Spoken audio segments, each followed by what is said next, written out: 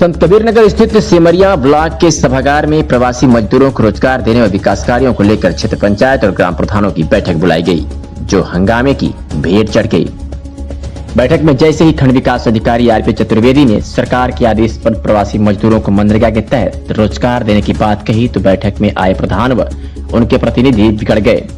देखते ही देखते प्रधान प्रतिनिधि ने खंड विकास अधिकारी पर भ्रष्ट और 30% कमीशन लेने का भी आरोप लगा डाला।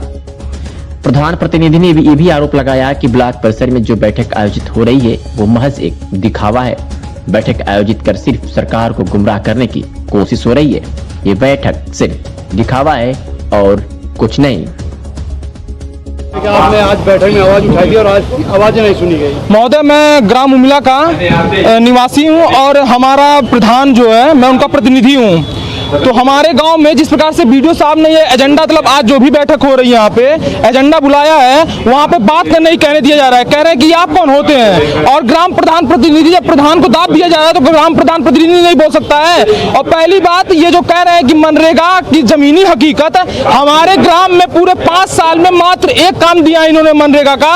और जो सरकार का मंशा है कि सभी ग्राम में इस कोविड के तहत जो बाहर से प्रवासी मजदूर आए हुए हैं उनको मनरेगा के रोजगार मिलना चाहिए, यह रोजगार जरा सा भी नहीं मिला है। 3 फाइल दी गई है स्वीकृति के लिए, लेकिन अभी तक 2 महीने हो गए, एक भी फाइल स्वीकृति नहीं की है। यह जो वीडियो है हमारे सिमरिया ब्लॉक के सबसे बड़े भ्रष्ट अधिकारी हैं, हर एक काम में 30% का कमीशन मांगते हैं। ऐसे अधिकारी किसी भी ब्लॉक में उपलब्ध नहीं है।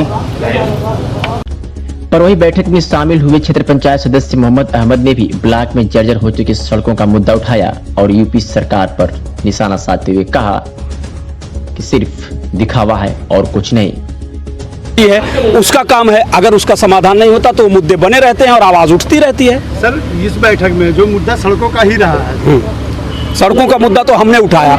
जो खराब सड़कें हैं, जो बहुत दिनों से खराब हैं, 10-10, 12-12 गांव को जोड़ने वाली सड़कें हैं, अगर वो सड़कें इतने दिनों बाद भी खड़ंजा नहीं हो पाया है, मिट्टी नहीं वहां पर पड़ पाई है या लेपन नहीं हो पाया, तो उसका क्या कारण है? सर, यूपी सरकार की तो पहले ही मंशा थी कि हर सड़कों को सरकार, यूपी सरकार की मंशा, सरकार के ही लोग, मैं जानता हूँ, मैं ये समझ रहा हूँ फेल है, ये तो मैं जानता हूँ सरकार फेल है, सरकार फेल है।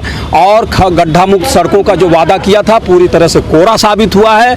17 मार्च 2017 तक, जून 2017 तक सारी सड़कों को गड्ढा मुक्त करने का ऐलान किया गया था, लेकिन उसमें पूरी तरह से असफल है, फेल है।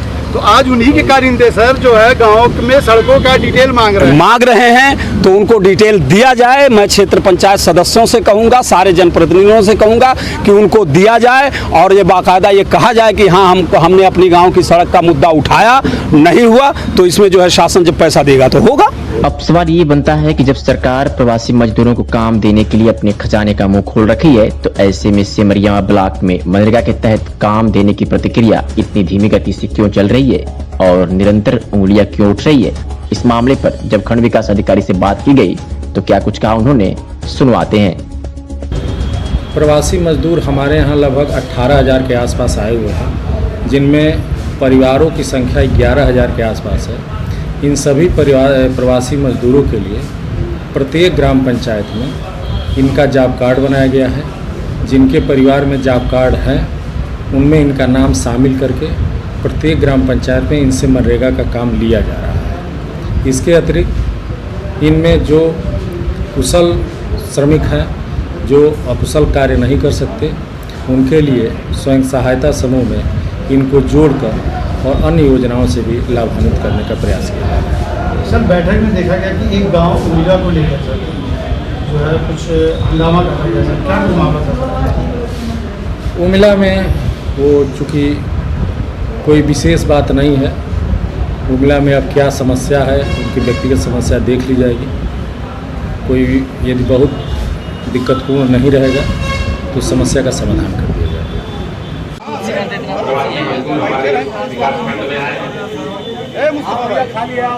साहब ने बताया कि लगभग 1100-1200